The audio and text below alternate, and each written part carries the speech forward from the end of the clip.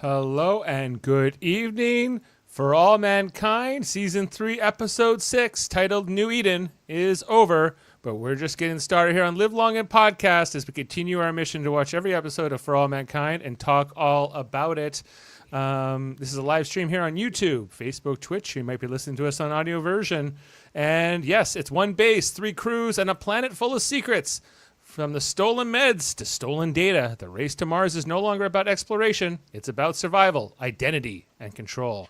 Now, here's the guy who's still trying to decide if Dev is building the future or just burning bridges in orbit. I'm your host, Dave Mader. And as I mentioned, Season 3, Episode 6, the 26th episode overall of For All Mankind, which first aired on July 15th, 2022, written by Stephanie Shannon and directed by Andrew Stanton. But we got a great panel here to break down this episode. Coming in first, our spiritual compass, weighing executive orders, Soviet paranoia, and the ethics of defection with quiet clarity. It's Kevin Millard. Hello, Dave. How's it going? Good, Kevin. How are you? Good. Welcome to the show. Glad to have you back. Coming in here next, he's our technologist who doesn't blink at sabotage or safe mode overrides. If the Phoenix can be hijacked, he's already diagramming it. It's Jody Simpson. All right. Hello, Dave. Hi, Jody. Welcome to the show. I got a bit of a cold, so. Oh, I won't ask. So don't tell. So, okay. No. Okay. All right. So then we're moving on here to our other panelist coming in here next from Ottawa to Happy Valley. He reads the mission like a chessboard, calm, strategic, and always 3 moves ahead of Baranov. It's Adam Woodward. Hey, guys. Happy to be here tonight. Jeff, welcome back. Thanks. I'm back. Jeff is back. But before we get to Jeff, coming in next here, she's watching Danielle hold the line, Ed lose control, and Karen return to the chaos with COO swagger. Style meets steel. It's Heather Narduzzi. That's right. Hello, everybody. I'm just making sure to represent for my do ask, do tell queer family. Yes. Well, glad to have you back, Heather, and glad to have Bob Seeger's bum with us. It's actually again. Extreme Luigi's bum. I'm sorry. I'm mixing my cats up here. Can you not identify cat bums, Dave? I'm working on it. How dare you? I'm working. It's a work in progress here. He's still scarred from cats. I'm still. We all are. We all are. Yes, yeah. It was a masterpiece. He's still looking for the buttholes. Yes. And with that segue, he's tracking the echoes of Apollo through Helios's collapse and NASA's political pivots. If the new era is too soft, he's already nostalgic for the hard edges. It's Jeff Mader. Oh, no, Elena comment this week. Well, we'll get to it later. I didn't work her into your intro. She's barely in this intro. She's sending angry D-mail attachments, Jeff, to Danielle about Soviets. So I like when she goes rogue and doesn't listen to Margot, personally. That's every That's pretty much, yeah, like Margot, and I guess whoever the new like NASA administrator is, this guy who we see a couple times in the episode, but I don't even know if they give him a name, and he's very, he's just kind of Mr. Angry and whatever. I think he's the guy who comes in to tell Margot about the news about the character who's coming out. Will. He's Will putting on the TV there. And you see him later on with Elena. But yes, so spoilers, of course, if you've not seen For All Mankind up until this point, we were going to be talking all about it here. As the Soviets and Americans have this uneasy alliance here at the Happy Valley base. We saw the end of the last episode, Danielle and is it Kunetsov, right? The Soviet commander, they kind of tied for first person on the moon, or Mars rather. Not to hear them tell it. They both claim that they landed first, which I thought was a really fun way to do that. It kind of reminded me of the Royal Rumble in 1994 when Lex Luger and Bret Hart both went over the top rope at the same time and their feet hit the floor at the same time. If anyone that is exactly what they were referencing. I was thinking that the whole time. They planned to do that. That was a work. Well, ironically, it's around the same time. It's around 1994. But I digress. Anyway, so let's get into this episode. I know Adam had some thoughts. I'm going to start with Adam tonight. Did you enjoy this episode? What up? This is season 3, episode 6. So I would get, like, honestly, guys, this has been a great season so far, and I didn't enjoy tonight's episode at all. Like, they went political, they went into history that I don't like about us and still don't like. Now I get the story needs to be told. It made me uneasy tonight. I just don't, when you know characters, you know Ellen, you know her past, and I can't remember her husband there. What's his name? Larry. And he's being sloppy. Like, it's just like it's a mess coming up. I can see this is now we've been going down one path and now we're pulling over into another freaking storyline, which I don't enjoy as much. Yeah, so Larry, as the end of the episode alludes to, has been having a romantic affair with his assistant, I guess, who a staffer of some kind. As the first gentleman, he would have, of course, a staff, and I guess one of those people he's having sex with. So that kind of gets revealed to a reporter at the very end of the episode, who is going to break the story. And then you've got the whole Helios, Soviet Union stuff going on. Like, it's just ugly. It's an ugly episode. It's an ugly episode. Now, the don't ask, don't tell of things, and like the conception in this episode that in this timeline, Ellen Wilson is the president instead of Bill Clinton, but basically employs the same kind of you can call it a political compromise, I suppose, of the military policy that went into effect at that time, the don't ask, don't tell, that eventually, I guess that policy doesn't exist at all now. But is this show telling us that Bill Clinton was gay? I don't think so. No, Okay. I don't He think might have that's... been bi, but he definitely wasn't gay. Fair enough. That is true. No, well, Bill Clinton being on the Democrat side, I guess, the idea was that the conservative Republicans would be very much against any kind of acceptance of gay people in the military, whereas the Democrats were pushing for it. But I don't even know if they were at this time in the 1990s. Or maybe some of the caucus was, maybe like a Bernie Sanders was, but I don't know if that was necessarily the case. I'd be interested. Huh? Not a Democrat. Technically not a Democrat anyway. So, but I'm sure there were other progressives at the time who perhaps were advocating for such things. But Like Joe Biden. I'm ready to talk about it a little later. Like Joe Lieberman. Joe Lieberman gets mentioned in this Yes, episode. he does get mentioned in this. Yeah. So the politics of it all. I think as someone who grew up in the 90s, like I found this kind of interesting just to kind of hear all these conversations, because a lot of this went over my head at the time, as a kid. So anyway, let's move around. Heather, I'd like to move to you next and get your reaction to the episode. I didn't find it as good as the other episodes this season, but that's only because it was a lot of dialogue and a lot of politics and less like Mars exploring and more setup. But it was also upsetting. It was hard to watch. It was, as Adam said, knowing Ellen's backstory and her making these decisions and further selling herself out, even though at the time, I suppose Don't Ask, Don't Tell could be considered like a step forward for progressive rights. It was still not great. And also the defector dog being terrified of getting AIDS from Will, that was upsetting, but a very real thing that a lot of queer folks face. All queer folks faced at that time. And Sure. it was a good episode in terms of writing and performances. I really enjoyed it, but the subject matter was upsetting for sure. Yeah, well, I think that's sometimes the case with history, and like that's it. It's not all nice, right? It's not but all I think nice, it's important, and I'm glad that the show addresses those things because they really did happen. Whether they did happen on Mars or they happened on Earth, they still happened, and it was so gross. Yeah, I want you to understand, I'm not unhappy with the subject matter. No, I of just course. don't like the path. Like, I really enjoyed the first 5 episodes. It had nothing to do with all this. Just, it was a great story, and now we are diverting. So do you? I guess, Adam, would you rather the writers not have brought this kind of plot line into the story? I don't listen. I'd like everybody else to go first. Let's start. All right. Because I do have an opinion on that. Okay. Okay. Well, Jeff, since you're on this bottom row, I will move over to you next here.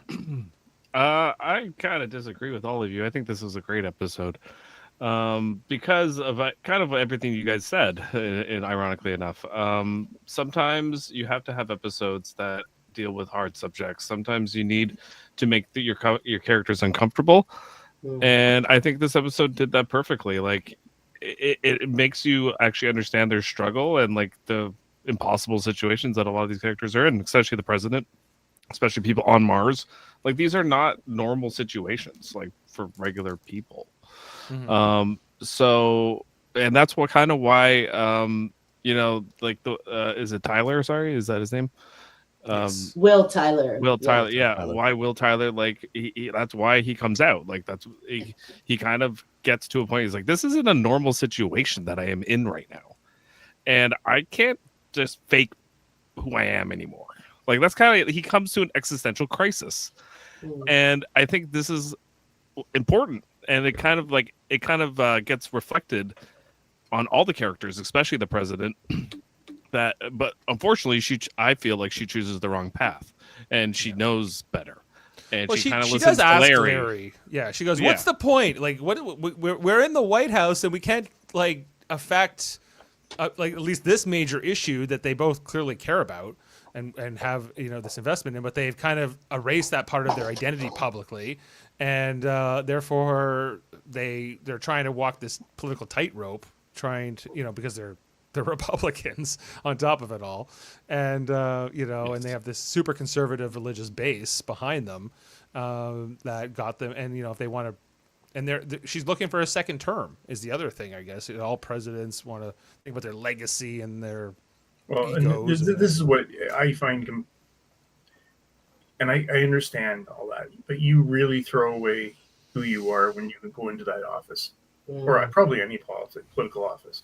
It's not just that office. What I get from this episode is that people are true to their own class and power before anything else. Yep. And it doesn't matter. Larry is ready to throw every queer person under the bus for his own satisfaction, and his own power and his own success. It doesn't matter. And that is what most people are true to, their own power, their own class, nothing else really their own matters safety, Exactly. things. And like Ellen that. is the same. Ellen is the same. She may cry, but she doesn't do anything. If she were going to be true to who she was, that would have been the perfect time for her to be like, guess what? I'm gay too, y'all. And I'm the fucking president. So. Yeah. Well, so how do you like that? And we still haven't heard from Jody. I get it, but every now and then they bring another, like a truism and like a real piece of history into the show, and it's just very interesting how they play it. And I also thought it was very interesting. The communists are in bed with the capitalists. Like that is great too. Like, They're split the water.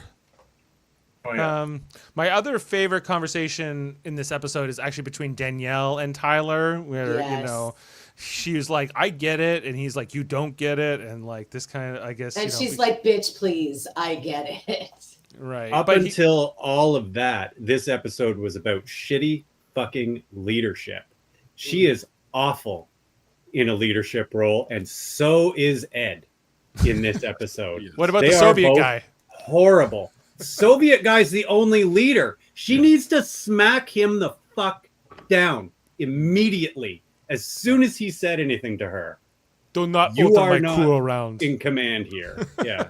Don't tell my crew what to do. The one thing that I think she didn't point out to Will Tyler was the fact she's also a black woman, and No, she does point that out to him. She points out she's black, not a woman. She didn't say woman, and I think True, that true. throws a whole new layer on. And he it goes, that being you can black's never not being the understand. same as being gay, and as being neither. I can't.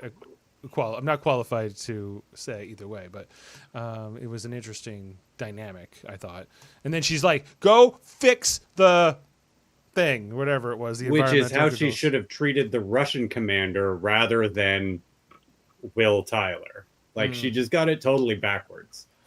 Right. I personally think, and this is she kind of repeats the sin of Deke, which gets brought up in this episode, where she's more worried about NASA and she's more worried about command and how it's going to look and all this kind of stuff. At the end of the day, she should be backing up her crew. That crew is her crew, and this is a personal matter. This has nothing to do with the operation. Like, I get her being upset about that, like where like he is focused on his own head, but like that's, again, like I said, they're on Mars. Like, this, people are gonna have these thoughts, and it's your job as a leader to like get everyone on the right track, but also you have to have these conversations. Like, you have But to. she's lost control of this crew. Like, Yeah. in my opinion. By the end of it, she's yelling at everyone, She never pounding the had any vodka. control of the crew. No, she That is- did. She's been good up until this episode, I thought. Two No, of them are but- banging, but we'll Since get they've to been on that. the planet, Kevin, she's lost control. Yeah.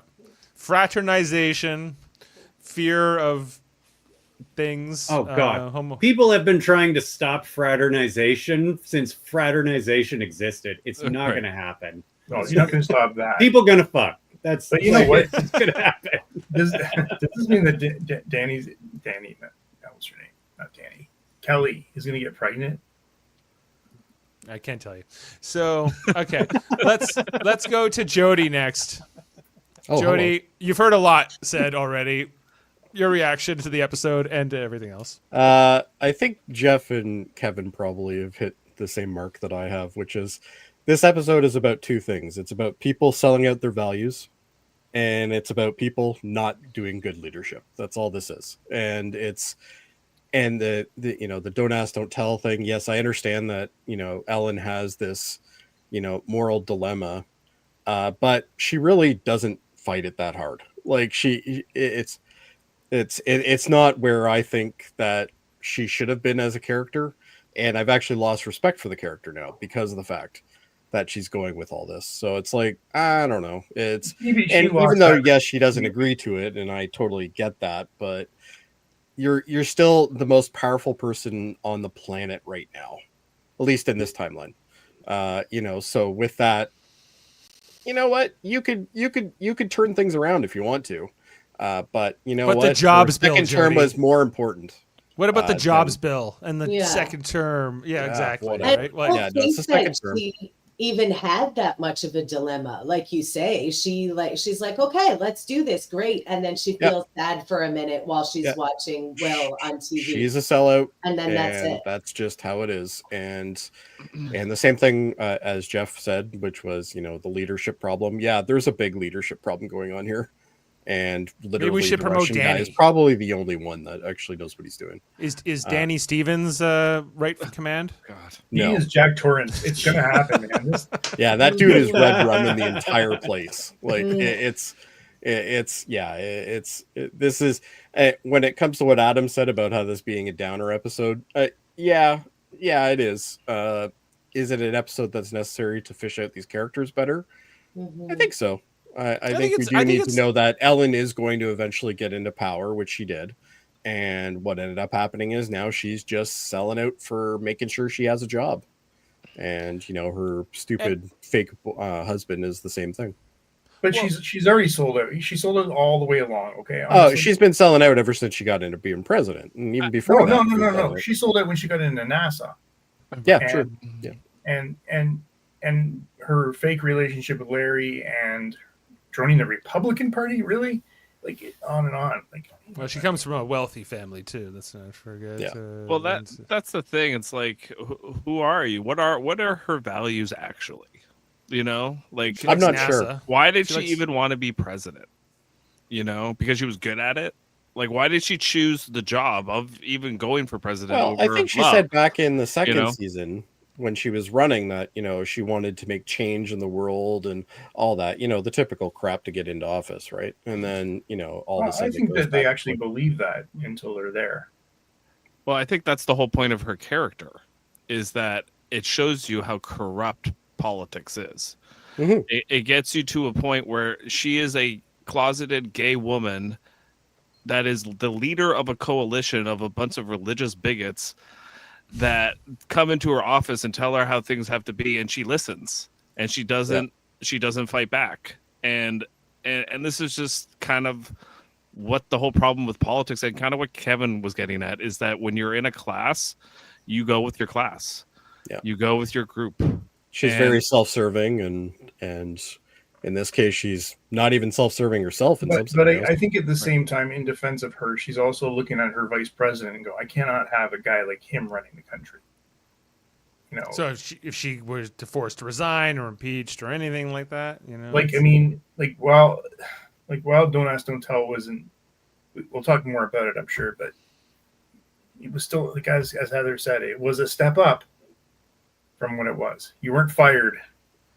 Just remember, this is a better world now, according to this, because this world has much better technology. We've now hit Mars already in the 90s. Well, this is why sometimes so they should be advancing, but yet we're going. Are you We're equating doing like the exact same things technological advancement with like social advancement or like progressive? Because I don't know if they're they all necessarily... should coincide, but they don't. Not in this show.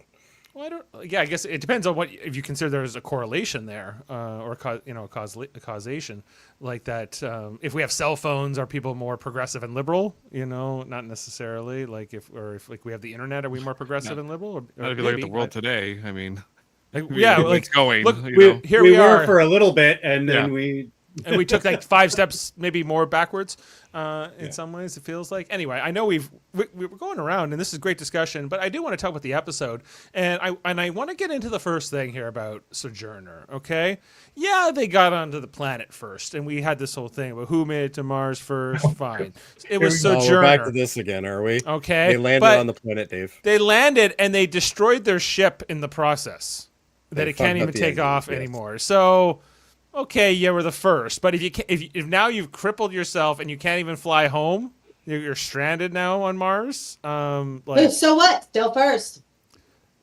This is like you're crashing calling into a first, Dave. You were calling first when you hit the atmosphere, and now you've got all these conditions. I got conditions. You have to be able to leave. I got conditions. Dave, this is wildly inconsistent. Dave, I don't agree with your conditions at all. I know. None of you agree with me, but it's fine. This is honestly a ridiculous argument. Sojourner. Well, they made it first, Adam, but they can't even fly home, so they need Helios. They don't need to. They got Ed. Ed's going to save the day for Yeah, well, since good things Ed's there to save their ass, and Helios, for that matter.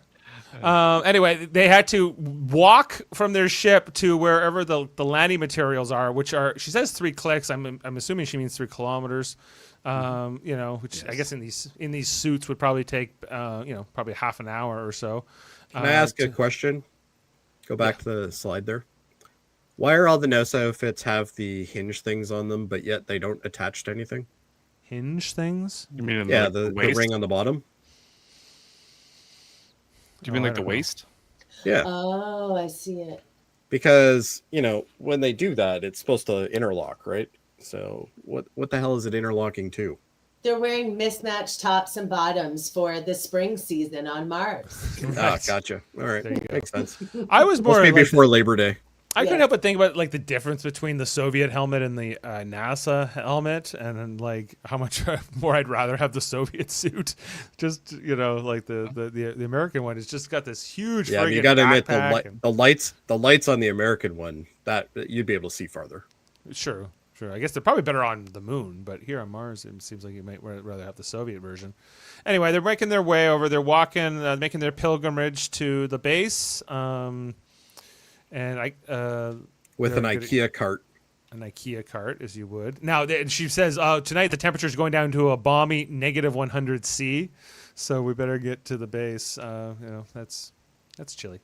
As we see, the Popeye from Helios's Phoenix ship is coming down as well, not making it to Mars first. That was Sojourner when they crashed into the ground. So now Ed has made it down. Ed is still, thinking about the fact he could have been the first man to land on Mars, not just touch the atmosphere.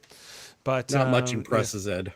He's a little melancholy here.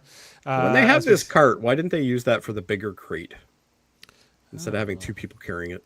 Why aren't you there to run the moving? You know what? I could have been a better commander. I think so. Anyway, they make their way, I guess, to Happy Valley, which is where they were headed, and we see all the the buildings and stuff have already been landed here by NASA in advance, as Leda had figured out how to do earlier in the season. Meanwhile, Ed is doing his duty by planting the flag of the proud Helios Corporation. I seems love like this. so The look underwhelming. on his face is so awesome. Yeah, him and Daddy planted that They're like, flag. yay, we're second. I don't. I love that. I don't see this as that far fetched. I won't be surprised in the next 5 or 10 years with maybe not Mars, but like Tesla doing something like this. Ah, that Tesla flag, you know. Like, Well, yeah, I think it's not far fetched by at all, but A Mars message in the next 10 years is not unobtainable. but coming from Ed, who's Mr. It's Patriot, possible. Mr. America, I think he's feeling a little, Yeah. less than satisfied with this whole thing. Whereas He's like, I Danny's just put a corporate flag on the Mars. Yay. right. I still think they have the best spacesuits, but anyway, moving Yeah, on. if this was the 70s, maybe. Yeah, if you're going in the ocean, like these. Okay, fine. it looks like they can't move their arms. Like they're He just can't. These are wildly impractical. right. Yeah, all right. Yeah. I like when he went to go hug Danny, and she just like can't even get her arms anywhere near around him. Yeah. Might be an inside joke there. Meanwhile, the Soviets and the Americans are planting their flag or raising their flag at their base with salutes all around. The Soviet flag beneath the American flag. I'm surprised they agreed to such things.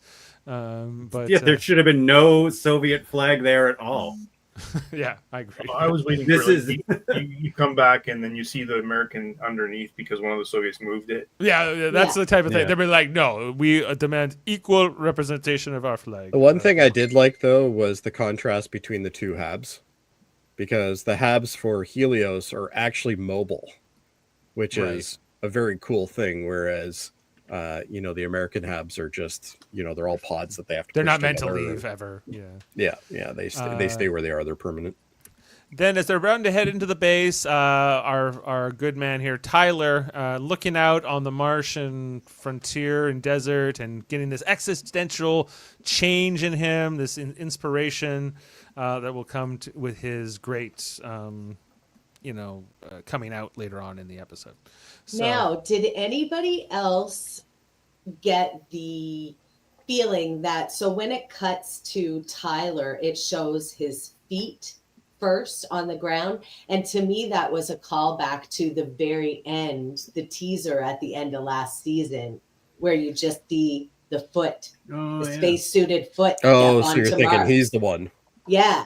Oh, To okay. me, that was a callback to that. I think Never you're right, even thought of but I that. didn't think about that until you just mentioned all that. So yeah, thanks Good for catch. putting that together here. Because we know it wasn't Danny Poole and Kuznetsov there because they kind of landed more. No, face because they first. went face first. First face on Mars, Yeah. or faces, I suppose. And that is our teaser for the episode, New Eden, as we head into our credits. And coming out of that, we then get a lot of this news footage from Eagle News, the Fox News of this timeline, as they're kind of breaking down the story here. We got the Bill O'Reilly stand-in, or Newt Gingrich. I'm not really sure, but maybe It's like all a hybrid. Biggest bill. Let's call him Bill Gingrich. yeah. It's talking about, we're calling it a tie, first one to Mars, but it was an American ship, so I call it in our corner. I'm like, fine. It's Yeah, same things are just absolutely on point to what we are in reality. yeah, we've come so far. Anyway, the news footage also talks about how looking for water is a huge priority for all of the crews here. That's why they picked this particular landing site, because there's potential of water under the surface here. That's What why happens they- if there isn't? I don't know, exactly. Everyone They all dies. die. Everyone dies. Yeah, like it seems like NASA and Yeah, the they got Soviets- water recyclers and stuff. I get that. It seems like the Helios is more self-sufficient, and they were, but they just went for it. They're like, and if everyone dies, everyone dies. We can't let this company beat us to Mars. So that's Listen, Matt Damon made water on Mars as though anybody else can. Yeah, he also grew potatoes and shit. That doesn't mean yes. And, well, he was a botanist. Anyway, I we love see here, these HABs though. These are such a good yeah, idea. these are the the Helios Habs and their rovers coming out of their landers here. And That's a brilliant idea, though, because what happens if you want to move to another site? You don't relaunch more pods and move over. You just move your damn pod. Yeah, so it's all about the search for the water here.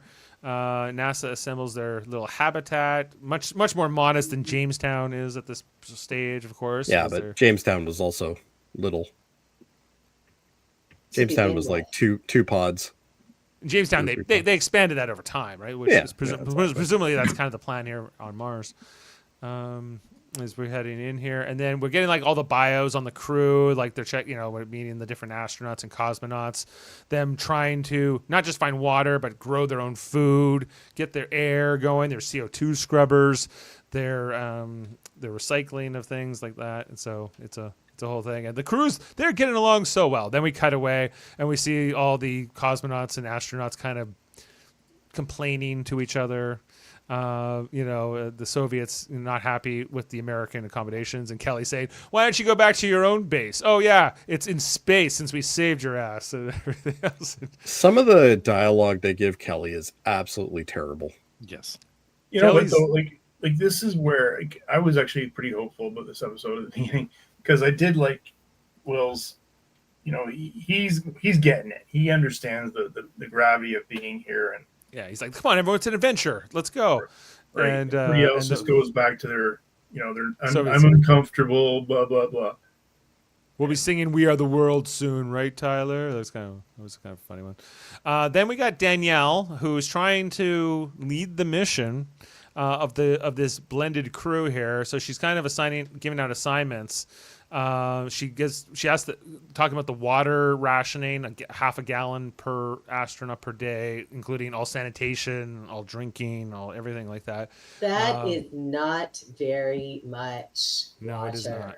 No. The BO alone will be quite something here. Especially Russian BO. Well, the vodka. Yeah.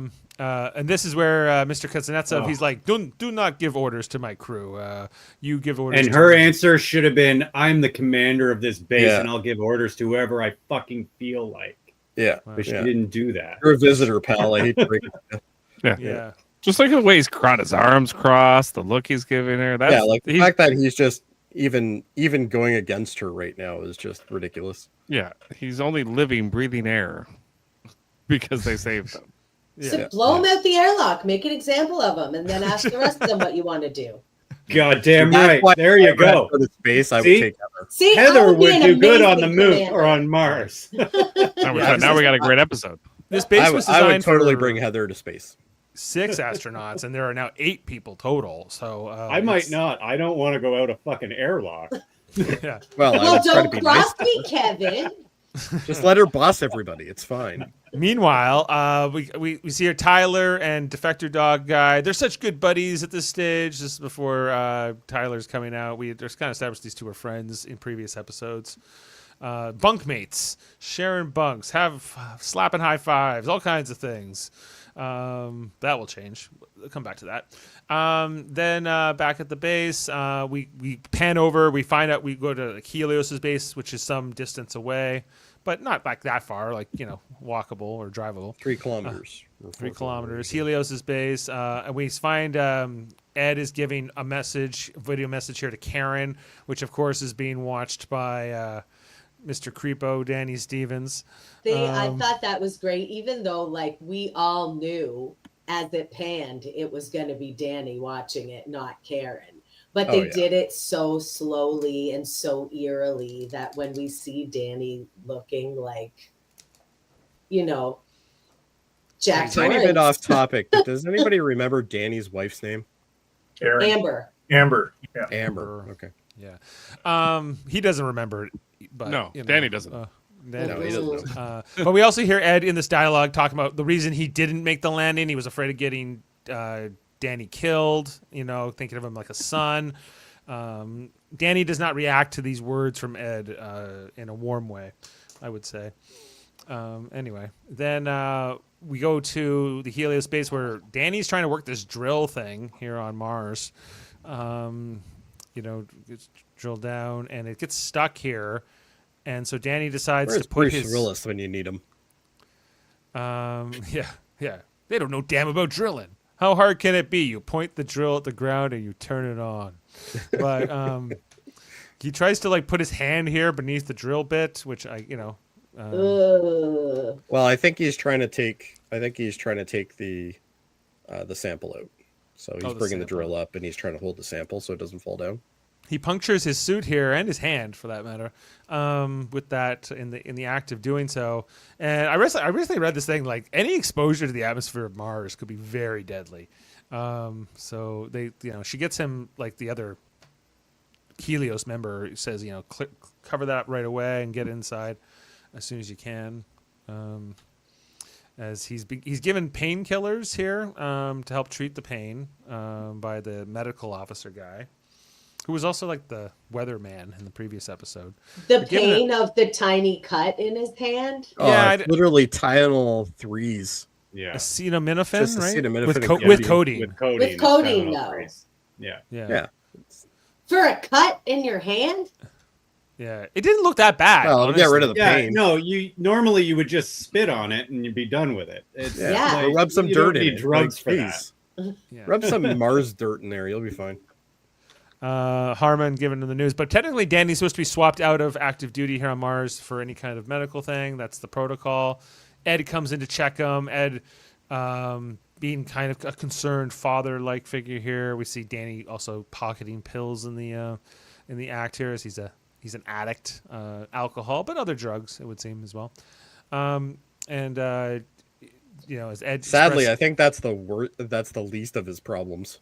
Ed asks him, "Hey, did you work the drill like you were supposed to?" And he's like, "Shut up, Ed. I know what I'm doing. I don't need you to watch me." You're not my real dad. You're and not he my just real storms dad. away. Yeah. Again, another total failure of leadership. You never let that motherfucker leave the room. He just disrespected you in front of other crew. Yeah.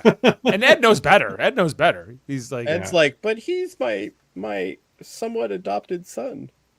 Ooh, Ed's got a soft spot. You sleep for with his my nephew. wife. Yeah. don't forget And about it his causes ex-wife. him to make- and all this. It causes him to make all sorts of bad decisions. Mhm. So Ed's a little miffed by that conversation, but I think he is projecting Shane onto Danny largely. Oh yeah. What? He would have yelled at Shane. Right. Yeah, he would have told him to get off of his fucking bike and bring back those things. Yeah, you've disgraced this family. And then break a phone over his fucking head. That's what he would have done. Mhm. Meanwhile, back on Earth, we get General Nelson's back, everyone. We didn't know where he was, but apparently he's the chairman of the Joint Chiefs now, and he's talking to Margot about Margot trying to get asylum for Ugh, Margot. A defector. Wink. a wink. defector. She doesn't say Sergey, but it's Sergey, and he's like, I'm going to have to run it up the flagpole. And she's like, you are the top of the flagpole. Well, not quite. I answered to the president, so you got to tell me what this is all about. And Did you see how giddy he got when she brings up Black Ops? He's like, Black Ops? He's like, I love He's Black part Ops. of the Joint Chiefs of Staff, dude. He's like a fourth level general. Like, It's the like- guy is- the guy's itching for warfare at this point. He I think is Jeff's the chief spot on. of staff. He's not part. He is the chief of staff. he's the chairman of the Joint Chiefs of Staff. Yes. yes. Yeah, the JCOS. The JCOS is a group of generals that run everything. Right, but He he's got but so he's horny, like you could is. see it. Like he got so excited. And, Oh, yeah. He had a big war boner going on there. yeah. And I was like, that is so true to life. Right. Anyway, so Margot also offers like funding for his like fighter pilot program or something as a kind Yeah, of a so bribe. much for not stripping off NASA assets and funding for the war machine. Margot's like, get me my Russian boyfriend here and I'll give you some NASA money, babe. Let's go. Black I wonder if Ops. she's Woo! drinking a White Russian. I love the fact that she can make these deals. Like what the actual? There's no committee. No, it's just Margot. No, she's the committee. Anyway. Wow. Committee was just put in place to repeat what she wants done. Meanwhile, Aleda, very suspicious of Sergei and all Russians who are here at NASA, trying to steal her nuclear engine designs and steal all of the patents. She's looking at all They're taking Russians. our jobs. This Russian, that Russian, these KGB guys, they're Cyrillic writing. What are they stealing next? She's wondering. KGB guys in the leather jackets. I do like the thugs in the leather jackets, though. Those guys are amazing. Yeah, they don't have much to do most of the time, but yeah, they're present. They stand around and represent thugging. Thugs. They're nice Russian boys. They're nice Russian boys. I like how they dress them all in black all the time just to make them more scary. They just have a job. Yeah, we have It's their job. You have job. You don't need to know what it is. Yeah. Then back at Helios here on Earth, we got Karen walking into, I guess it looks like a board meeting of Helios, and Dev walks out of the board meeting. Dev's throwing a tantrum. What a surprise. Yeah, so he goes outside. Karen, if you recall, she resigned from Helios in the previous Why is she episode. here?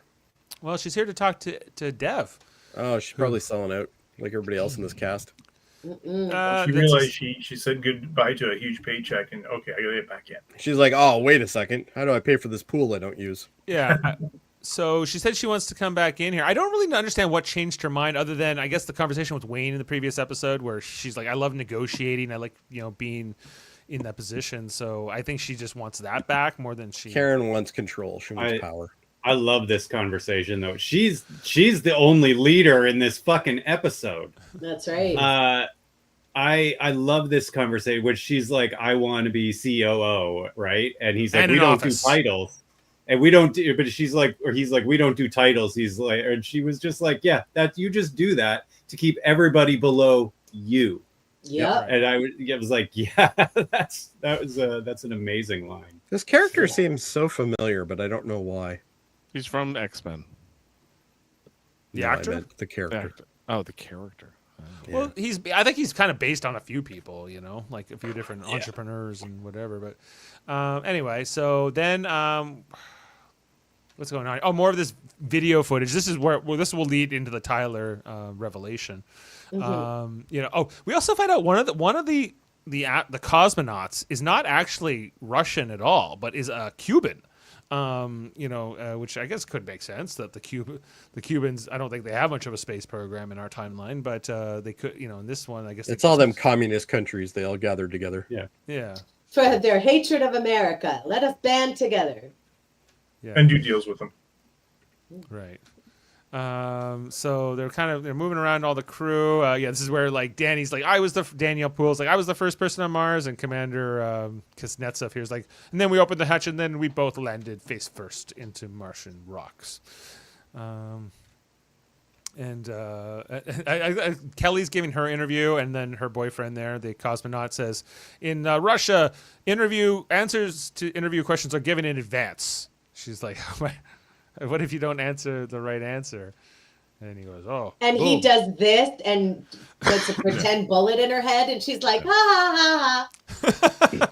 Yeah. Girl, that's terrifying. She's Vietnamese. She knows. You Yes. should know. That's a very good point. Heather, it's the 90s. They didn't This know. is just foreplay for her. Yeah, I think it might be. Anyway, and so boom, I was on ground first. And then we see as Tyler is giving his like little like what it's like on Mars and everything else. You can see he has like this existential crisis, I guess you could So say. I have a question. They're recording this, and then they're sending it to NASA or whoever, and then they're Yes. broadcasting it. Mm-hmm. Now, we were told recently that there was like a 5-minute or 5.5-minute delay or something like that on video. Yeah. Which is probably a little bit more on Mars. But anyway, you're telling me that they just literally take whatever feed shows up and throw it directly live on TV. There's no 10-minute window. There's no, like, this makes no sense. Well, It I guess doesn't make sense because anything like they would have to, censor it just for it would have to the be cleared. secrets, right? Yeah, that's That's true. Because there's other governments that are also wanting to go onto Mars. It's not just these guys. Yeah, Like, presumably any China of might this, be doing their own space this stuff would have program, had to this gone would- through NASA and or the Soviet program before it went to Yeah, the so media. who let it go But through to get on air to be It's able a to... TV show. We're not supposed to think. The too much. people who wrote the story let it go through. Oh, gotcha. Okay. Because he gives this revelation. We don't see it on video there, but then all of a sudden Margot is in her office playing piano when the person from President Wilson's administration comes in here, the director. He's like, I can't believe it, and it says NASA astronaut comes out, Tyler, and then he says, oh, it's worse. He's active military. right? Keep in mind, this is the director of NASA. Doesn't know what an astronaut said. Right. Wouldn't she be there for that? Well, in this version of things, the media got the stuff before NASA did. We see all the Maybe headlines there's a mole here or something. I don't know. on various Now, newspapers. Is it possible, because it's Kelly's Russian boyfriend who's doing the filming, is it possible that this came out in the Russian media first and the Americans didn't have access to it first? Possible. That's Possibly. That's a good theory. Because An we do see story reason why it might happen that way. We do see a Soviet newspaper there, and we don't know if it came out before or after, but maybe they broke the story first, for all we know. And so We need that enhance feature from like CSI. Yeah. Where we can Yeah. like look at Computer things. enhanced. Oh, we'd have to be able to read Cyrillic. Anyway, so President Wilson and Larry are reading all the headlines. They're shocked by this whole thing. Then her vice president shows up along with General Nelson from the Joint Chiefs of Staff. And the vice president is heated about this and gets really mad about the gays, which tells me he's getting blowjobs in bathrooms. Oh, There is a reason that Grindr goes down every time the Republican convention is in town. Yes, That's a sir. proven fact, too. Fact. Absolutely. There's Yeah. a lot Same of reason why rumors and they also have a pizza tracker for the White House as well. yeah, You but know, I there's did issues I going did on. like just coming back, just trying to put ourselves back in this time, and so 1995, I'm 12 years old, but when he said this line here about like 75% of the country thinks that homosexuality is wrong, I was like, yeah, like that's what they thought back then. Like that's where the country was, and that's where not obviously 25% of people did not think that at the time, and that number has changed dramatically today, although probably not as much as it should. Should be better. a lot of those numbers are made up. Like, let's be real. Have you ever Yeah. been polled, asked what you actually thought about any of this stuff? It's just made up stuff. You know? No, but I've been a queer person since I always knew, and I didn't tell anybody until I was like well into my late teens, early 20s, because I felt that 75% of people were not okay with it. Well, right. I know it's not exact statistics, but truly that it was the feeling of the world at that time. For sure. I know I'm not discounting that. I'm just saying when they say 75% of the country thinks this, I don't think that's true. That's a hard fact. Yeah. Like that's for me. Like, I just think a lot of that is like, I think most people are pretty accepting.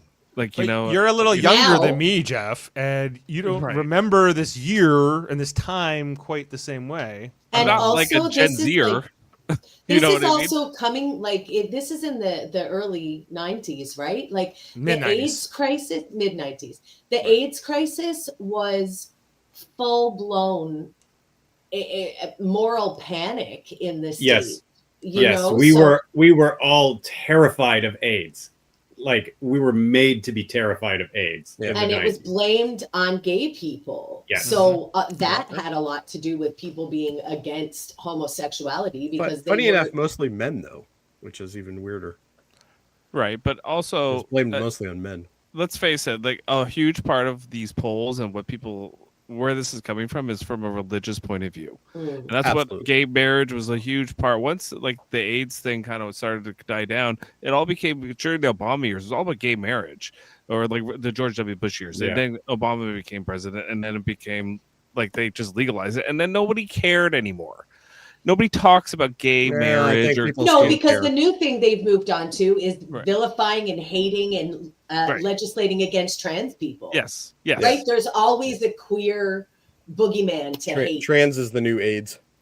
Yeah, sometimes it's immigrants, but you know, Yeah, it's- yeah. Yeah, or Sometimes. immigrants. Yeah, for sure. Can I just go ahead? Sorry. I thought we Sorry, were- I just No, don't now I think- want to know what you were about to say. I just don't it think was it's a not majority. related. Oh, okay. whoever Sorry, would like Jeff. to go. Sorry, Jeff. No, I was just gonna say, like, I just don't think like it's a majority of the country. It's what the media and what certain powerful people like to put into the zeitgeist to like get people to divide it against each other. It's a Mm. great weapon. Are you telling me that media and whatnot influence people? Yes. Are you They actually do. trying to tell me that? They definitely do. Unbelievable. Yeah. But I think if anything, like the homophobia and it was understated in this episode, like of the time. Now, yeah, I'm coming of age around this era, and and how many times I got called gay and as a insult all the time, like, you know, and it was like, but it was more than that. It was like not just kids my age. It was like adults. It was like everyone, like this insane paranoia and and fervent hatred that was just circulating around, because, you know, it was like how people are now, like trans, I think is probably the closest one I can. So, like, even you remember Seinfeld, guys? Everybody loves Seinfeld, you know. I don't. The whole 1993 was the outing episode. Right. Not that there's anything wrong with that and all that. Well, we had Ellen DeGeneres go out as well, and that was a couple years later. Like even when Roseanne did that kiss, remember, with the woman on, that was a huge deal. Like, you know, because it was like there was a lot of like. And Roseanne was a very progressive show at its time, so it's but there was also movies like Philadelphia. There was lots of movies winning awards. It was you know, in the zeitgeist as well. But they were about gay people fucking dying and getting killed and fridged and like for sure. Yeah, go watch Philadelphia, right, and see like how Denzel Washington's character reacts to Tom Hanks' character. You know, he agrees to represent him, but he's like, I don't agree with you, and you know, all these kind of things, right?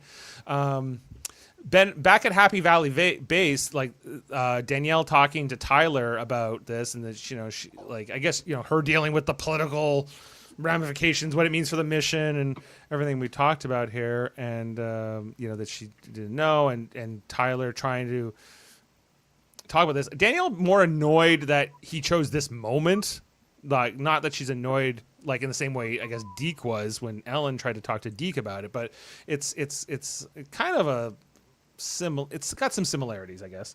That this is inconvenient, you know. This was a nothing burger of a conversation, though. Like, it literally. You think so? I thought it was a fantastic scene. I didn't really find it all that interesting because of the fact that literally she's repeating herself over and over again through this thing, and she's like, I should have known about this. I'm the commander. I should have known about this. This was a bad idea. You've really jeopardized things. Blah, blah, blah, blah, blah.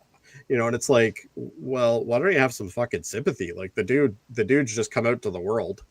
And she makes like she's sympathetic, but she really isn't. Like, I didn't get that anyway. So I don't know. Maybe I'm just jaded. She was more worried about the mission. She's the leader. She's the controller of this mission. I get that, but this is also somebody who's serving under her.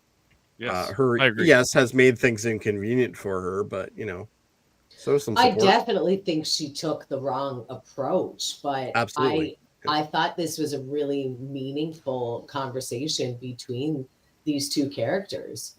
She reacted really poorly, especially for somebody who should be able to understand how othered he feels and how important it was to him to stop having to keep this secret. You know? Well, I think for her, she's not necessarily making that connection. It's like she is in a sense, she's only getting halfway there, right? I guess is kind of how it feels. Yeah. Like, you know, she's somewhat sympathetic, understands, but she thinks that like her situation is the same as his, and it's not. There's differences. There are, you know, and part, like, you know, she's like, I'm a black woman, you're a gay black man, so they do have some commonalities there, but there's also a distinction. There's a difference, and and there was still racial issues, obviously, in the 90s, but you know, it's and there aren't any now, so good thing we cured those. They're gone. That's fine. And I'm not trying to imply that, but what I'm saying is that it's just, to me, the writing in this particular scene, I didn't enjoy at all. I didn't think this is how that character should be reacting to this. Like, I've known this character for a while now. This is not how I would have perceived her to deal with this issue. I think the problem is she has no control over the situation. She's got no control over anything right now. But that's why I think she's acting this way. Like, I think that's what explains it to me. Yeah, okay. You know, like, that's how what I got out of it. She could not control the mission, and in this instance, she's kind of like projecting onto Tyler her basically, like, I feel like she's just kind of unsure of herself, of how to go about I think this. it's important to note, like, if they don't find water and if they don't get the CO2 scrubbers fixed and if they don't fix the thermostat, they're all going to die here. So they do have some other priorities, but I think that's part of the thing. I do agree with her in this conversation, but on the other hand, she's kind of missing the point of the whole thing. But I mean, he can still go carry out his orders and the mission critical stuff. Like, he already said he was gay. It's over. It's done. Like, he's not working on being gay anymore. Exactly. So why did we have to have this? He actually did nothing to jeopardize the mission whatsoever. Right. Not even a bit. True. And if any people shouldn't be affected, it's these people here on Mars, but we'll find out that's not quite the case. Anyway, so then Tyler goes off to do his duties after getting kind of get a talking to here from Danielle in the cone of silence, I guess. We see the rest of the crew just kind of staring, leering at Tyler as he leaves, leering at Danielle. Even as Tyler walks by, two of the cosmonauts, them like kind of looking at him, and so kind of just this kind of uncomfortable feeling, I guess, projected here. At Helios, then we see that the Russian Soviet space people, they've come here. Lenara has come to meet with and I Dev love this scene. and Karen. They bring her in. Karen knows her from the Helios, the Polaris days, we're told. And so basically the Soviets have found this massive reservoir lake, basically, of water under the surface of Mars. They haven't shared this. How would they do that? I don't know. They didn't explain this. Like, they do it from space. Space magic. I'll just leave it there. So we don't know. We don't know. They don't have this know. intelligence, and NASA doesn't have it, and Helios doesn't have it. So they're saying but they need Helios' help to drill for it. They don't have the equipment necessary to drill, so the Helios does. So they need a deal. And Karen, this is where Karen. What we see in this show a lot, though, is the fact that they're showing us that the Russians seem to always be ahead, even though they don't look like they are, but they are. So it's like, Well, it's because they get everything from Margot. That's why. well, maybe. Anyway, so they said, well, if you want, basically, they just want to pay Helios a fee to drill for the water, and then they get to keep the water. And Helios is like, no. I thought it was very funny when she just laughed out loud when Karen said 50%. I loved her reaction. Is it like because you don't understand capitalism here, or Right.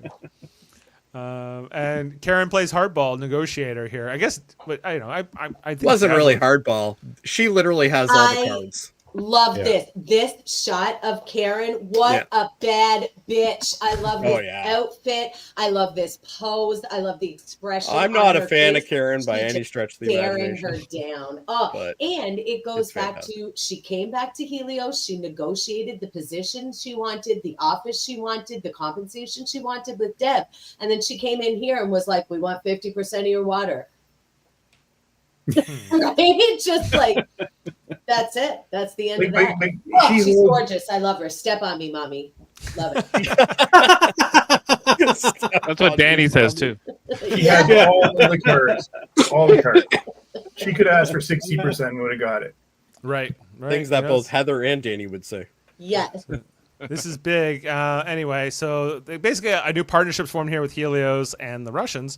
Meanwhile, back on Mars, Danielle tries to ask Kuznetsov, like, what's going on with you and Helios? You guys doing a mission? And he's like, I will not tell you. She's like, we saved your lives out there in space. She's like, now you own us? Now you control us forever? I know Kevin's not a fan of this man or his. I'm not a fan of Danielle in this episode. No, she's terrible in this episode. Yes, she's like practically begging him for his approval. She is losing her shit all the time in this episode. I think it's like the look that Kucherov is giving her all the time. It's like he's challenging her, and she's not like stepping up to the plate and knocking the ball out of the park. She's like, she's getting struck out. Yeah, she's like pulling he's like Yankees. Yeah, she's I guess like maybe like how she won over the other Soviet guy in 1983. She's trying a similar approach, but it's not working with this guy. He's a different person, and he's got a different approach here, and so she has to kind of figure out what that means.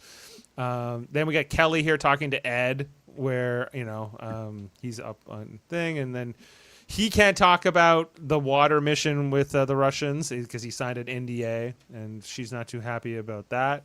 But she mentions that their CO2 scrubbers are malfunctioning or not doing well on the NASA base, and Ed knows that's a big problem, so he's deciding to come down and help about it. Meanwhile, Tyler is trying to fix some of the environmental systems here at the base on Mars, working with Defector Dog, and Defector Dog is helping hold the flashlight. But then, at one point, Tyler asks him to hold it here, and he acts all weird about it.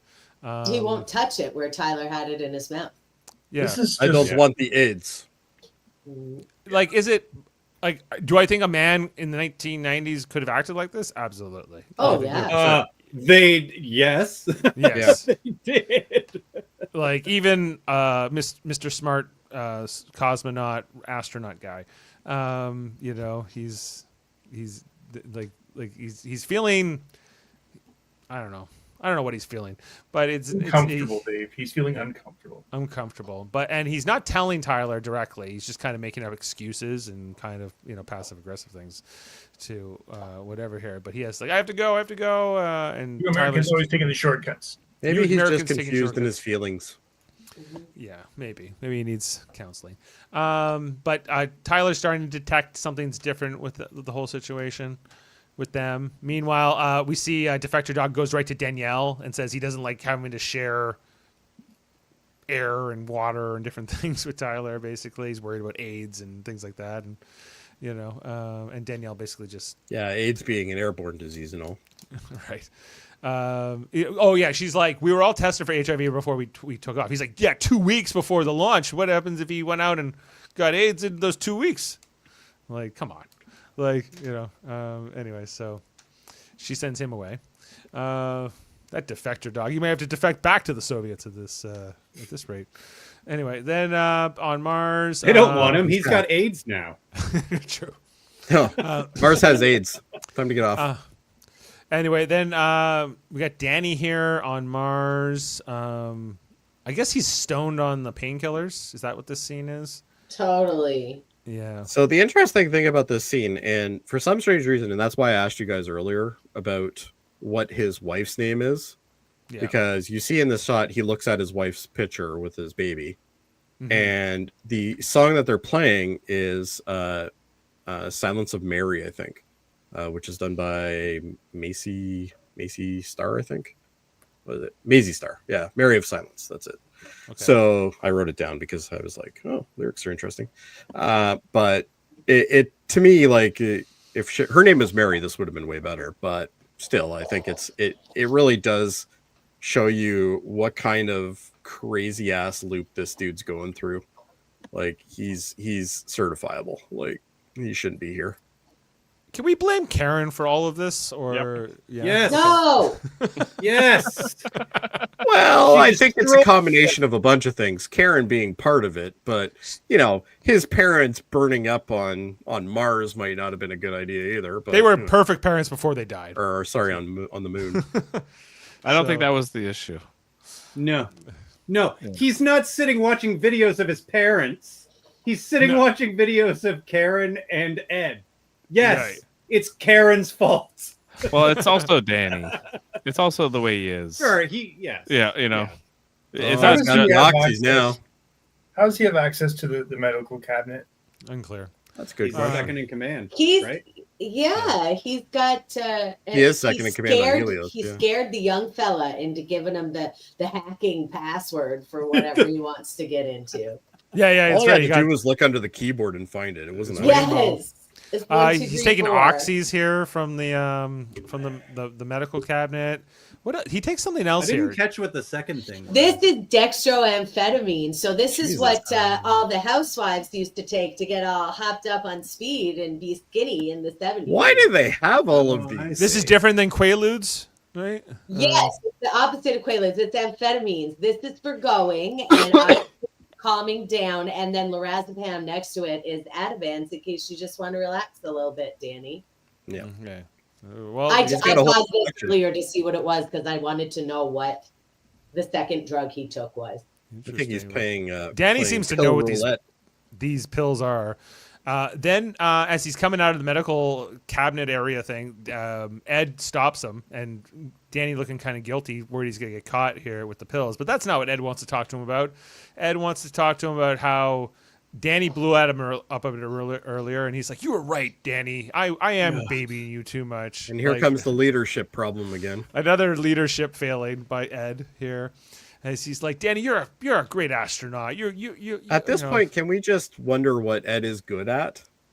And he says to Ed, or Ed says to him too, like, I know you're supposed to go back to the ship because of the medical protocols, but I'm changing the protocols, so you can stay here. I'm getting the impression that Ed is gonna fucking Mrs. Robinson him now too. Like, what is happening? Okay, right. Everybody can be creepy with their adopted son. That's right. No, this is terrible. Don't do it, Ed. Don't put it past this show. This show might do that. This conversation is even weirder to me because later on, like when we see the log there from Ed talking to Karen that Danny's watching, he's like, I don't know if Danny has what it takes to be out here.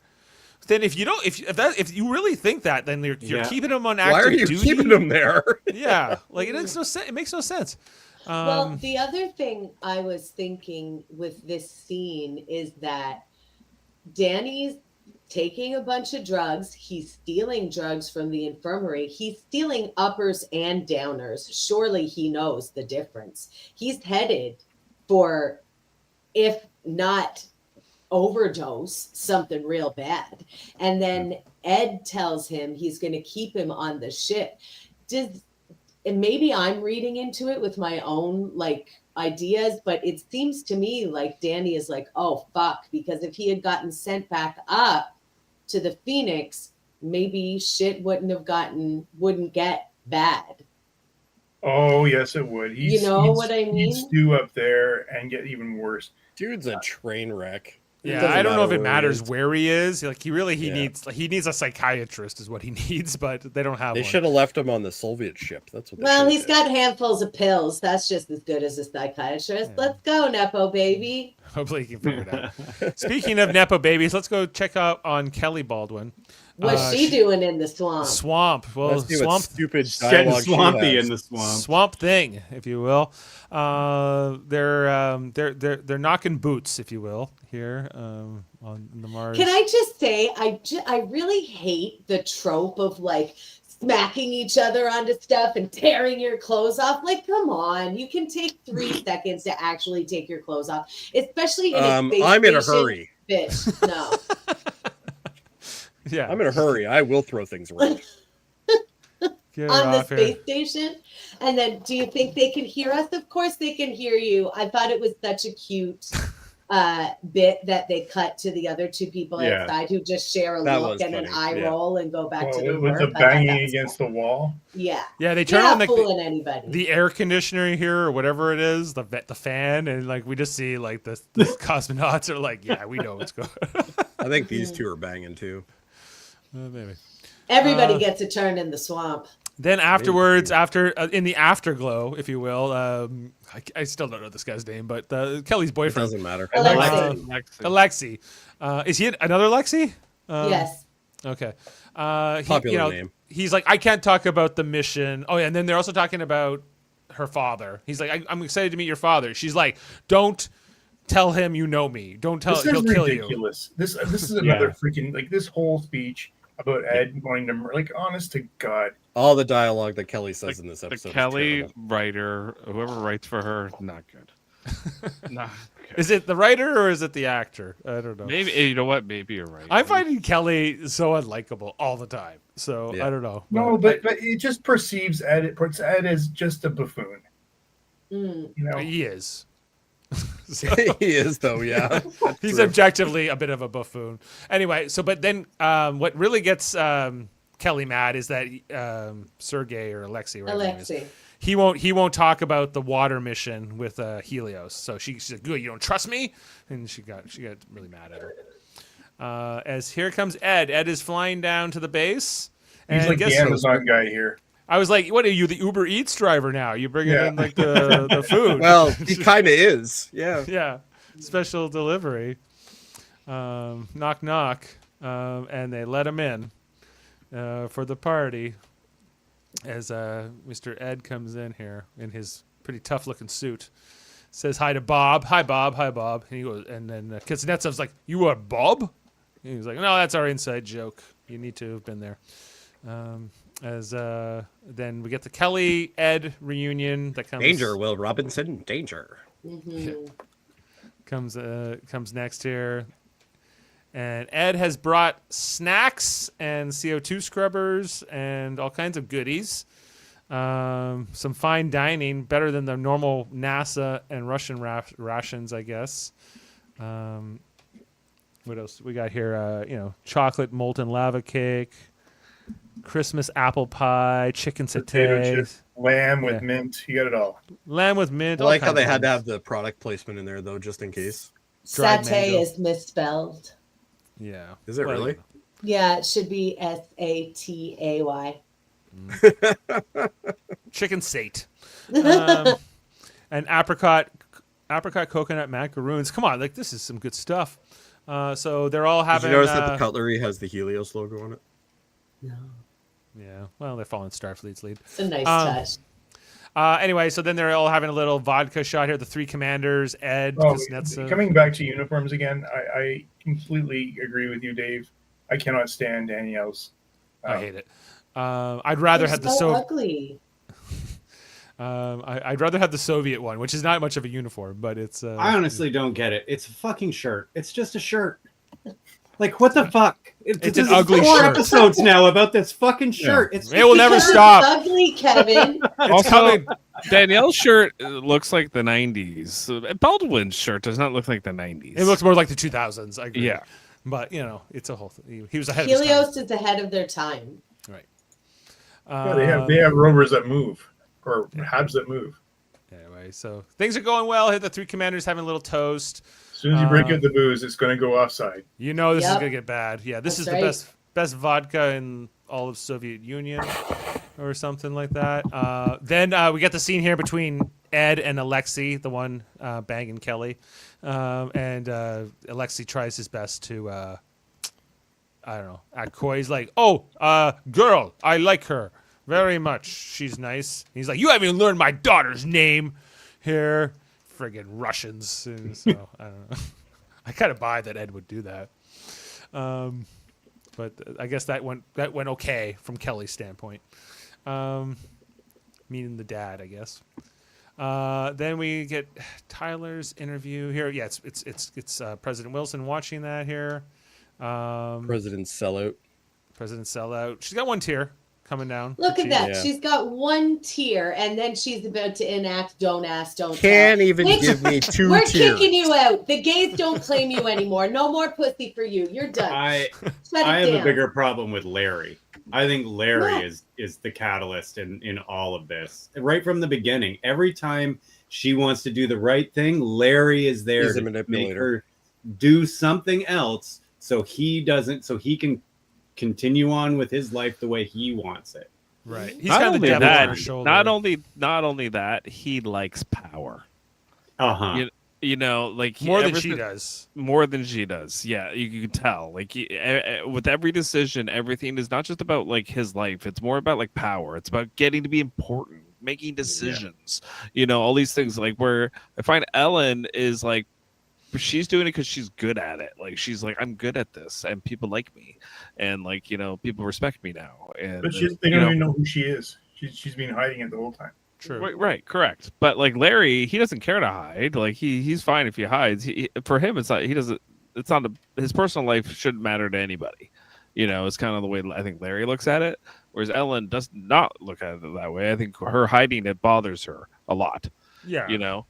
So Well, and she was always more of a Not public enough figure. to do something about it. Like but, you know. going back Right. to when she was an astronaut, and Larry's never been as much of a public figure, so he can afford. He doesn't have the scrutiny, I guess. Is He was just a junior engineer.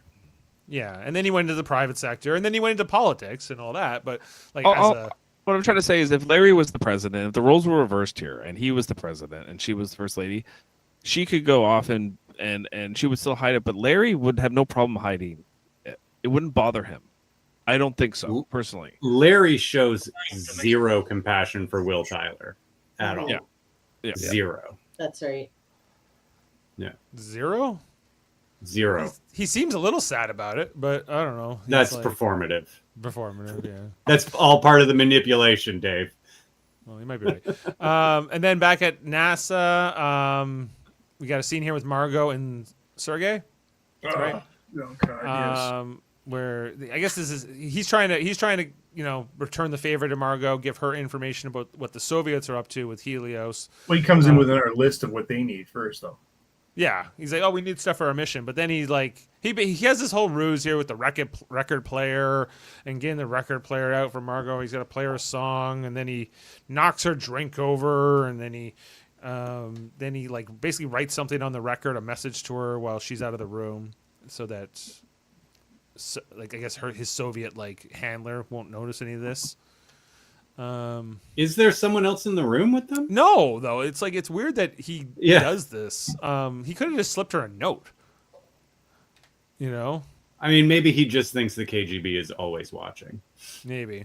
Well, I mean, he was beaten within an inch of his life and sent to the gulag and threatened his family and everything. Like, I'd be careful too in his case. We see that it's an equation. It's not even as much of like a note at what it is, but it's like more of a encrypted message. But I also want to point out that they say that the best song on this album is the last song on the B-side. And guess what it's called, guys? Pisces Power. Like Captain Dave. That's right. I just wanted you all to know that. And me too. And Jody But he doesn't claim it. So because it's not real. Yeah, exactly. He's a closeted Pisces. So Yes, I'm sure. Don't ask, don't tell, Jody. One day I'll come. Every time Jody's in town, the horoscopes go down. Yeah, exactly. What happens?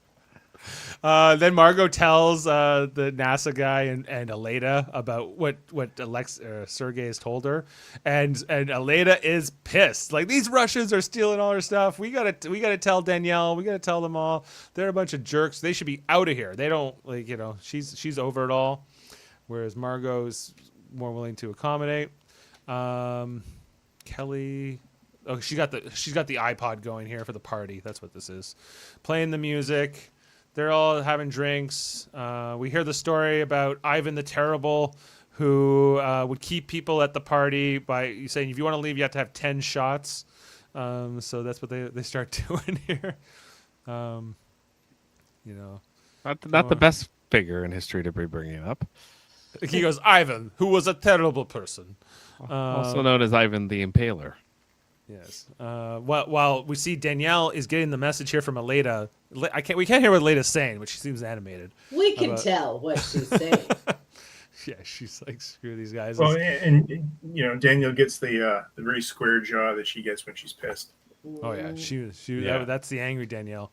And she's like, oh, these jerks, right? Meanwhile, Ed and the Meanwhile, communism and capitalism are yucking it up over here on the podcast. Right.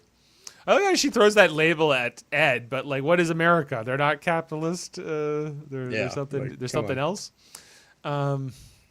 Anyway, so then as the party's going on here, they're all pouring the shots.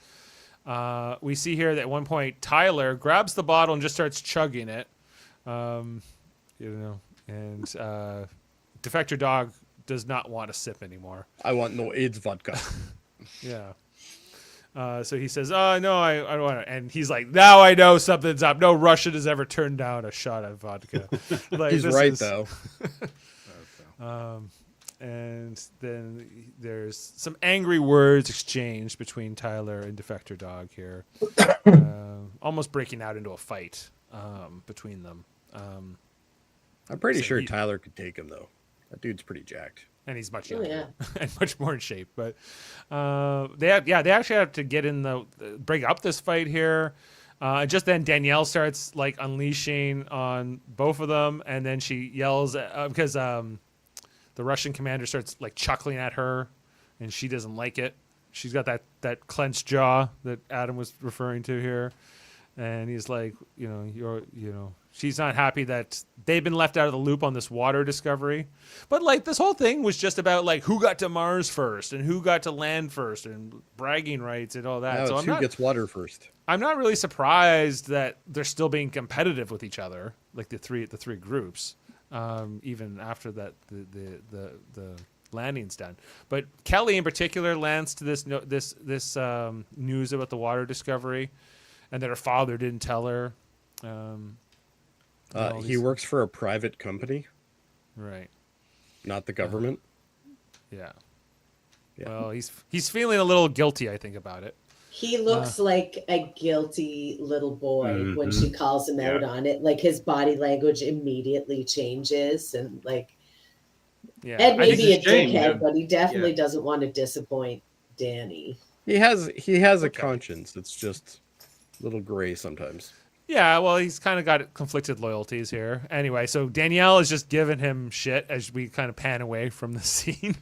Wait a minute. Conflicted loyalties. First of all, he should have no loyalty to Helios at all, or the Russians. Ed? Yeah. Why would he have any loyalty to Helios? It works for them. They send him to Mars? Yeah, They but they took away also his cut ship. off his computer access. I agree. took away his- They still got him there. Doesn't matter. Helios is dead to him at that point. So what? You think he should be like a pirate now or something? Yes. Yes. Ed the Mars pirate. Okay, well, maybe he'll think about that. That would be cooler. They literally would be cannot control pirate? anything on that ship anymore. So if Ed says, no, we're not going to get that fucking water, well, guess what we're not doing? In the water. But he won't do it. Well, we get this conversation here with Kelly and Ed where he's apologized about his NDA, but really Kelly says this is a bigger deal. This discovery of water could mean life here on Mars. And this kind of correlates to what's happening right now in our timeline here in 2025, where they have recently discovered possibly evidence that life existed at one time on Mars, and that it's still yet to be confirmed. But this has been a concern about sending a mission to Mars, is that, you could potentially, if there is still life there, you could kill it, just by being present. Or you could bring it back. Or you could bring it back and it could kill us. There are those concerns here, right? But, Ed's not buying. He's like, nothing could live here on Mars. And she's like, well, no one thought anything could live in Antarctica, but far beneath the surface, far beneath the sun. But it does. Yeah. He's like, that's not the same, but fine. You win. I'll allow. Well, one of them is a little bit more qualified to discuss this than the other one. Yeah. Which one? Her? I think Kelly. Yeah, she knows her stuff with this stuff. Yes, she does. But Ed's going to talk to Helios and see if he can get her involved in the mission. We come back to Danny Stevens watching more of the video messages here from Ed to Karen, and just then he's like, I don't know if Danny has what it takes. This guy, he's frazzled here. Danny does not take well to hearing this. And he's like, I'm gonna get high on Oxycontin. I'm coming for you. After I punch my screen 3 times. Yeah, he punches. He is already high on Oxycontin. I really liked the detail that his pupils are very big. Like he looks high in this scene, I find. And the resemblance, I don't know if it's like how he's holding his face or how they have him lit or just like the excellent casting they did, but he looks so much like Gordo in this scene. It's casting for sure. We've talked about that a few times, like more than even this season than the previous season, right? It's the same actor, but you're getting that Gordo vibe all the time. You buy he's his son. Yeah, but Gordo was never dangerous. No. Aside from that one episode when he wanted to take his, take his helmet off, but that was dangerous to himself. That was just to himself. That's right. Whereas Danny is more self-destructive, but also kind of more malevolent and more, and obsessed. Well, he's angry, just so much rage, like just punching the screen. It's very clear he is not headed. I don't know how this is going to go, guys, but I don't feel like Danny's coming back. Oh, we'll see. I don't know if there's a redemption arc for him. No. At the White House, after this is where President Wilson gives her "don't ask, don't tell" policy that she's implementing. Basically says they're selling out Tyler because he's an active member of the military. So Major Tyler will be dishonorably discharged upon return to Earth. For Just said discharged, and she said that he served his country with honor and With distinction. honor and distinction. That's Yeah. right. but the Which should be an I honorable honestly, discharge, technically. the first time I watched this, I did think that she was going to stop after discussing Tyler and saying he served his country with honor and distinction and just come out with it and just come out. and come And out. it never, her come out. Yeah, I Yeah. really, really thought that might happen, but no way. And on my second viewing here today, I realized like that's not what's going on with Ellen at all. No. Anyway, so She's then we on come- my list now. She was off Oh. my list before with Margot, but now she's on the list. Then back on Mars, Tyler. Is this Tyler, right? We're seeing here. Yeah. He's heading outside. So So this- I was absolutely certain he was going to kill himself. I was absolutely certain when I saw this. I don't know if anybody else did, but I'm like, maybe he's just going to off himself. Like, Like take his helmet off or something. yeah. I didn't see that happen, but- I'm not entirely sure what Tyler was feeling in this scene. Or, Okay, he explains it earlier, guys. He's this whole. What's the name of this episode? New Yeah, New Eden. Eden. Yeah, he explains it that look, when he gets to this location, it's a flat desert, just like before God created Eden. That maybe there's a chance to build a new world with new values and new morals. Yeah. That's what the whole point of the episode. And he's the conscience. He's the only character with the conscience in the episode, and so that's why I think they make a point of showing him here in this desert. Thinking, I'm about glad that. he didn't off himself, but I was kind of Still expecting dreaming something of like this new Eden, this new world with new possibilities. That's what I read from. That it makes as well. sense. Thanks. Good thing Jeff was here to explain that. Thanks, Jeff. And then the final scene here in the bar in Washington, D.C. We see this one guy, a reporter in a suit, having a martini. I totally know that actor too, and I don't know why. Yeah. Then we also see this guy, and he looks familiar because he was the aide we saw earlier giving the papers to Larry Wilson in the Oval Office. And, and I get the impression that the reporter is also gay. Yes. Yeah. He is. He's a messy queen, fucking gossiping over martinis. You don't tell anybody that shit because it's gonna get talked about. Right. And we see they're watching the press conference of President Wilson to the Don't Ask, Don't Tell. And then, he asks his friend here, how many times have you done it with Larry Wilson in the Oval Office? And he's like, I never should have told you that. Don't let anyone hear this. And he's like, in Washington, everyone's listening. He's like, But he doesn't take his own advice. He doesn't take his own advice because he's like, yeah, we did it once in the Oval Office. And then there's like this jubilant celebration from the reporter. Not because he's happy necessarily about that. He's Maybe like, he is. ha, ha, I got you, and But a yes. martini. He got his scoop is what he got, right? So as he heads out here, heads right into his like car, a taxi or whatever, and gets on the cell phone and is spilling the tea about what's going on with Larry Wilson. And Dave, that was excellent use of gay vernacular. Well done. thank you. I'm trying. So we then get the shot of Washington, and that is our final kind of clip of the episode. Sorry, guys. I know that took me a while to rip through, but there was a lot of good stuff, a lot of good moments in this. Adam, can you give us the fun facts of it all? Okay, well, it's not so fun, but let's just get through Or the this because- facts. They don't have to be fun.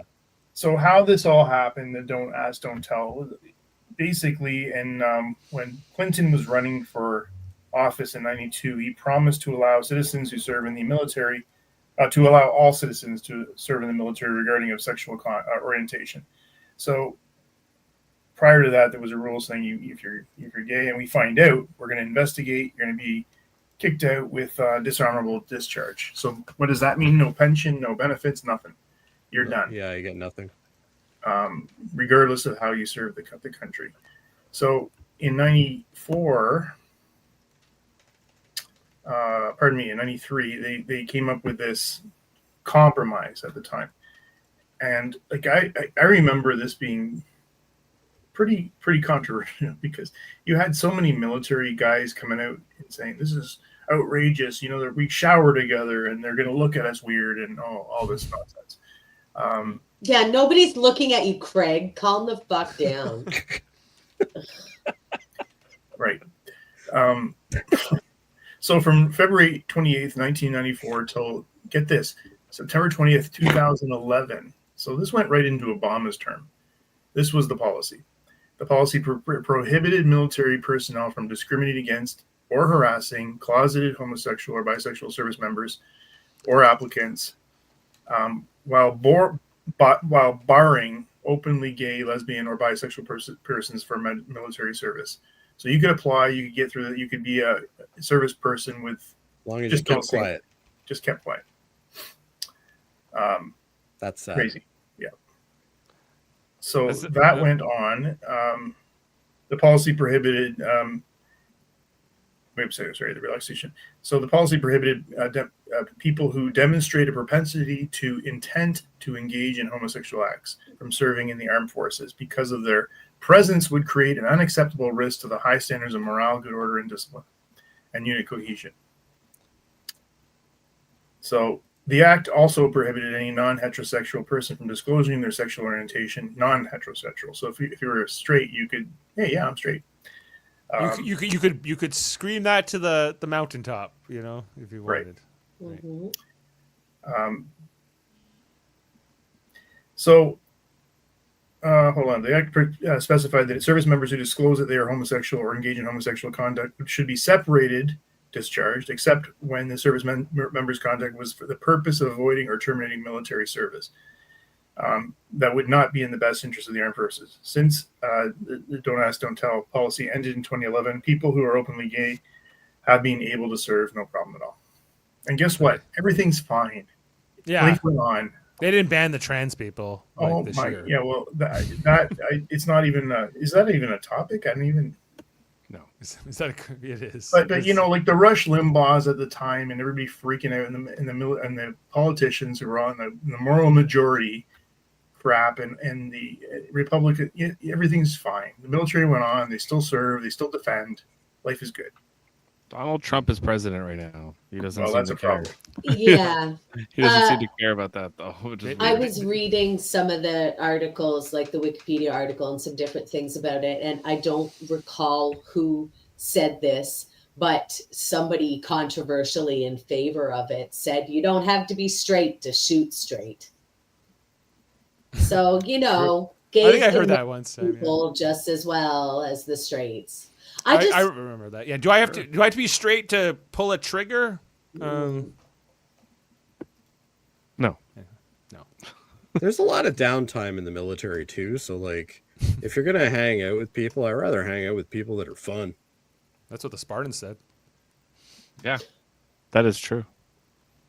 So, just now moving on to some actually facts or fun facts. This episode takes place in November 1994, so it was close to Thanksgiving, which tied into the Thanksgiving theme. Oh, okay. So it's still 94? Yeah. Well, I mean, that's why it tied in nicely to Don't Ask, Don't Tell, honestly. Okay. Yeah, because that would have been around. Is he frozen?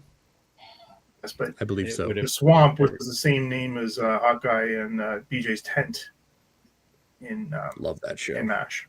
One of my favorite shows. Oh, I got one for you here, Adam. Yeah, please go. So when the astronauts and the cosmonauts are walking on Mars, from their ship to the habitats there, because the gravity is 37% of Earth gravity, they should be like bouncing. Not quite like they would on the moon, but they shouldn't be walking like just kind of normal steps. Well, exactly. I saw that too. It's all those bags they're holding.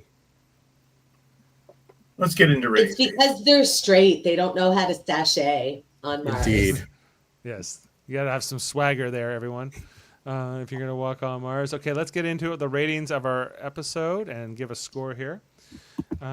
Jeff, can we catch up with you first on last week's episode, 7 Minutes of Terror? What happened in that episode? I haven't seen it. It Been a was while. scary. There were... It was the landing. The landing. It was all on- about the landing. Oh, the landing episode. Oh, that was like an 8. I remember that episode. Yeah. All right.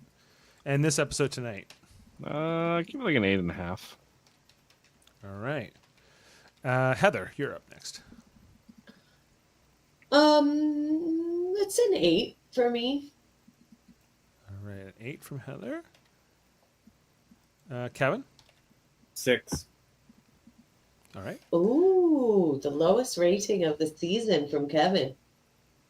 Yeah, I think this was about a 7 for me. Like, it was good, but it was I think it's setting up more stuff than it's actually executing on. So, but it's good. Adam. Okay, so I have some strong feelings about this episode because I'm feeling like we're going back to season 2 theme and how they wrote. I'm hoping I'm wrong. I really don't want any more bloody Karen and freaking Danny drama, but we're going to get Psycho Danny, so that might be interesting. But Try to embrace it is all I can recommend. Yeah. I only want Danny if he's going to go full tilt red rum crazy. all work and no play makes Jack a dull boy. Yes. Okay, I'm going to go with a 6. I'm with Kevin. This was a All right, Jody. I think I'm around a 6.5. Okay. Now we're averaging a 7 out of 10 on IMDb. 7. IMDb is 7. also 7 out of 10. So funny how we tend to follow that model. So we're averaging a 7 in total here. So the lowest rating of the season, average wise, a good point or so. So I don't know. Maybe this was just one of those more less exciting episodes for us, but they can't be all exciting, but they could have done so much more. Like, the whole water thing would have been more interesting if they got more into it. mm-hmm. Everybody's fighting right now. It's just Everyone, chaos. can't they just get along? Can't they sing "We Are the World"? We are the children. I think the thing is with these shows is they are soap operas. At the end of the course day, that's what they are. And as much as they're not Star Trek, and Star Trek was the soap opera too. But Jeff, we just had 4.5 fantastic episodes. They were great. right. But what they always do on these shows is this. They always have an episode like this, or like multiple episodes where it's all about these characters and their emotions. And as much as the space stuff should almost be enough, like it really should, because it's so in like much detail and depth that you can go into.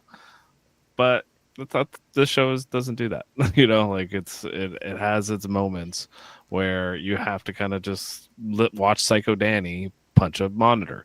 You have to watch Ellen cry about not, coming out to the world. And like, you have to watch these scenes because they define who they are as people. And then like, why, because the show's about the people. It's kind of like Lost too. Like all these shows, they're always about the people, not what they're winning. Star Trek is also very much about its characters too, right? Like maybe less about the depending on what version of Star Trek we're talking about. But like we're talking about Deep Space Nine, for instance. Like everyone's getting married and hook up and whatever. Right.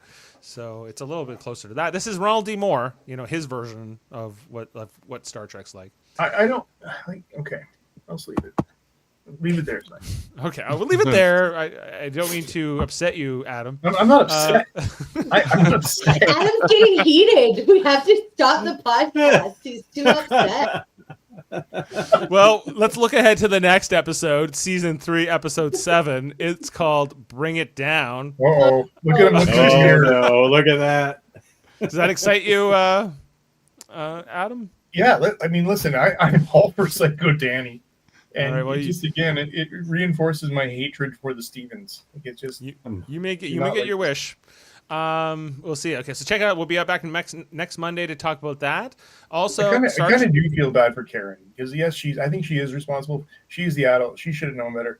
However, this is spun way beyond what Karen reserves no room in her head for Danny when Daddy's not like right in front of her. So or Ed's talking about him to her. But yes. Good on for Karen. Okay, well, looking ahead to the next episode, Bring It Down. And then we also cover Star Trek The Next Generation on this channel every, Thursdays, sometimes Tuesdays. We're going to have a bit of a moving around schedule moving forward. But this Thursday, we'll be back for our next review, Star Trek The Next Generation's 4th episode of the 3rd season, Who Watches the Watchers. I will not be there, but Chris Worldby Murphy will be hosting, along with, he'll have Adam and Heather and Ashley, I believe, all on the panel this Thursday night. So look out for that. While Jody, Kevin, and I go curling and try to win glory. Yeah. Thanks for laughing, Jeff. I appreciate it. He's like that Russian commander. We should throw him out the airlock. Wait. Do not talk to my crew. What are you talking? Also, every Wednesday over on our sister channel, Super Mater Brothers Podcasting, we've been covering the new season of Survivor. Check that out this Wednesday night. It will be episode 3 called Lovable Losers. And that could be a lot of fun. All right. Well, with that said, we'll sign off for tonight. Thanks to the whole panel. Thanks to all the live viewers and everyone afterwards. Make sure to like, comment, and subscribe. And we'll see you next time for another episode of For All Mankind. Have a great night and live long and podcast, everyone. Stay true to yourself. Beam up some Star Trek content with Live Long and Podcast. A roundtable movie discussion with Hey, did you see this one? And take a peek into the darkness with Heard Noise, Must Investigate with Michael Chan. Watch us duke it out on trivial debates. And let's chat about TV with the Super Mater Brothers. It's all here on the United Federation of Podcasts.